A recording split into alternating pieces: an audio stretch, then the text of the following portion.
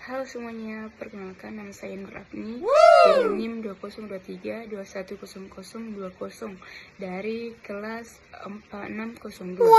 Nah, jadi di sini saya akan menjelaskan salah satu materi dari mata kuliah TQM. Ya, materinya adalah alat dan teknik dalam TQM atau Total Quality Management.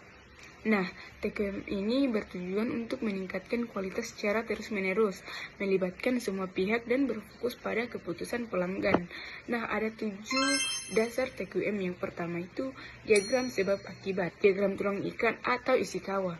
Nah, alat ini untuk mengidentifikasi dan mengelompokkan berbagai faktor penyebab munculnya suatu masalah. Nah, contohnya seperti jika masalahnya adalah produk roti sering bantat.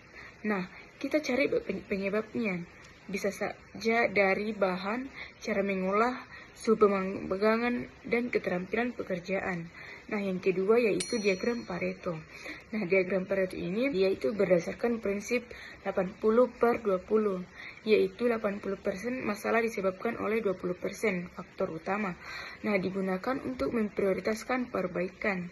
Contohnya, dari 100 kasus kerusakan barang, 80% diantaranya disebabkan oleh bahan baku kurang baik dan mesin sering macet. Nah, maka fokus perbaikan diarahkan ke dua hal ini. Yang ketiga, bagan kontrol.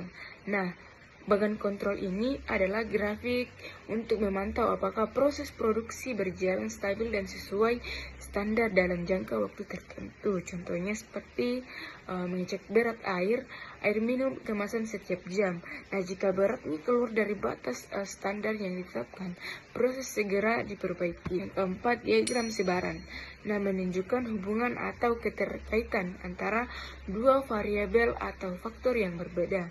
Contohnya seperti melihat hubungan antara suhu ruangan dengan lama waktu pengeringan pakaian. Semakin tinggi suhu, biasanya semakin cepat kering. Yang kelima, histogram. Nah, histogram ini grafik yang menampilkan sebaran atau pola data agar kita melihat kecenderungan hasil kerja. Contohnya seperti menampilkan data ukuran sepatu yang diproduksi.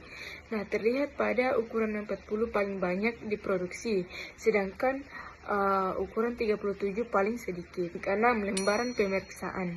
Nah, alat paling sederhana untuk mencatat dan mengumpulkan data secara teratur agar mudah diolah dan dianalisis. Contohnya seperti lembar catatan harian yang diversijumlah barang masuk, jumlah barang rusak, dan jenis kerusakan setiap hari. Yang ketujuh, diagram alir proses.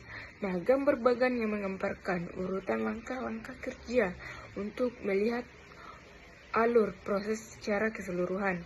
Contohnya seperti memetakan pembuatan teh botol. Nah, di mana dia mempersiapkan bahan baku, mencampurkan, pemanasan, pengepakan, pemeriksaan, dan pengiriman. Nah, teknik pendukung TQM, siklus PDCA. Nah, kerangka kerja untuk melakukan perbaikan secara berlanjut melalui 4 tahap. Yang pertama, merencanakan, melakukan pemeriksaan dan tindak lanjut. Contohnya, merencanakan untuk ingin mengurangi keterlambatan pengiriman, dan juga melakukan, mencoba atur jadwal rute baru untuk 1 minggu. Nah, periksa.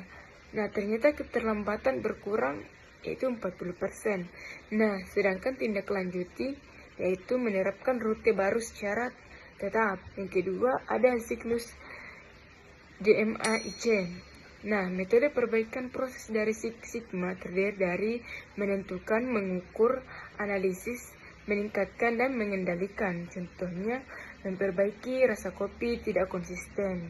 Nah, menentukan standar rasa, mengukur selisih rasa setiap hari, dan mencari penyebabnya, mengukur takaran bahan, dan memantau agar tetap stabil. Yang ketiga, benchmarking.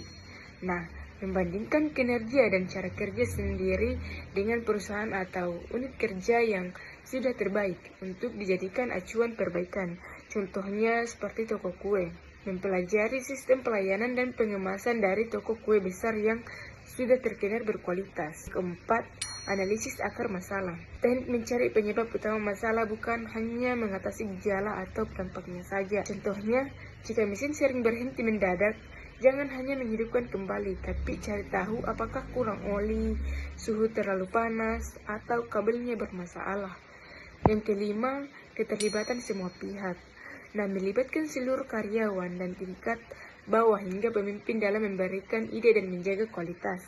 Contohnya seperti mengadakan rapat mingguan untuk mendengar usulan pekerja lapangan, karena mereka lah yang paling tahu kendala di lapangan. Nah, itu saja materi yang dapat saya sampaikan. Dengan menggunakan alat dan teknik ini, pengelolaan kualitas menjadi lebih teratur, masalah terdeteksi lebih cepat, dan kinerja perusahaan terus membaik. Nah, sekian dari saya. Terima kasih atas perhatiannya. Wassalamualaikum warahmatullahi wabarakatuh.